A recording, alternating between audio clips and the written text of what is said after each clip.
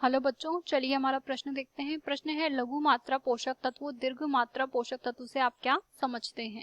तो सबसे पहले हम यहाँ पर देखते हैं इस प्रश्न की मुख्य अवधारणा को। तो इस प्रश्न की मुख्य अवधारणा के अंतर्गत हम यहाँ पर कह सकते हैं कि सामान्य रूप से यहाँ पर जो पादप होते हैं वो विभिन्न प्रकार के तत्वों को यहाँ पर जो है खनिजों के रूप में अंतर्ग्रहित करते हैं जड़ की सहायता से, मृदा से।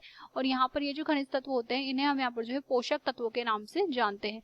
अब ये जो पोषक तत्व होते हैं इनकी अगर बात करें तो इनमें से जो कुछ होते हैं वो पादप की वृद्धि व विकास के लिए यहाँ पर जो है अनिवार्य की श्रेणी में आते हैं, यानी उनके बिना पादप का जीवन चक्र यहाँ पर पूर्ण नहीं होता है। तो हम यहाँ पर कह सकते हैं कि अनिवार्य की श्रेणी में जो आते हैं इन्हें यहाँ पर जो है दो रूपों में हमने विभक्ति किया है। एक तो हम यहाँ पर जो है दीर्घ कहते हैं जिनकी ज्यादा सांद्रता की पादप को आवश्यकता होती है, वो दूसरा जो होता है उसे हम यहाँ पर जो है लघु कहते हैं जिनकी कम यहाँ पर आवश्यकता पादप को होती है। जैसे अगर दीर्घ की हम यहाँ पर बात करें तो दीर्घ मात्रक पोषक तत्व जो होते हैं इनकी यहाँ पर सांद्रता जो होती है पादप के अंतर्गत वो यहाँ पर 1 से 10 मिलीग्राम पर लीटर यहाँ पर आवश्यकता होती है। जबकि लघु की अगर बात करें तो यहाँ पर इसकी जो आवश्यकता होती है वो यहाँ पर 0.1 मिलीग्राम पर लीटर यहाँ पर होती है। इसके पश्चात हम यहाँ पर कह सकते हैं कि जो दीर्घ होते हैं इनकी उदाहरणों की अगर बात करें तो मुख्य रूप से कार्बन, हाइड्रोजन, नाइट्रोजन, ऑक्सीजन।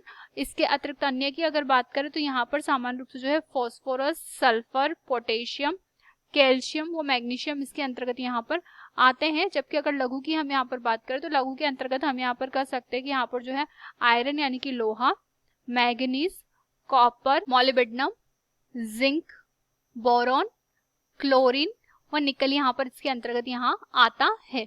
हम यहाँ पर कह सकते हैं कि यहाँ पर इन सभी के जो कार्य होते हैं वो बहुत ही ज्यादा अलग अलग प्रकार के होते हैं। जैसे कि हम यहाँ पर कह सकते हैं कि कार्बन, हाइड्रोजन, नाइट्रोजन ये जो होते हैं यहाँ पर ये कोशिका का यहाँ पर जो पादप कोशिकाओं का यहाँ पर जो संरचनात्मक घटक का निर्माण करते। तो यहाँ पर ये जो है संरचनात्मक घटक या संरचनात्मक तत्वों के अंतर्गत यहाँ पर आते हैं।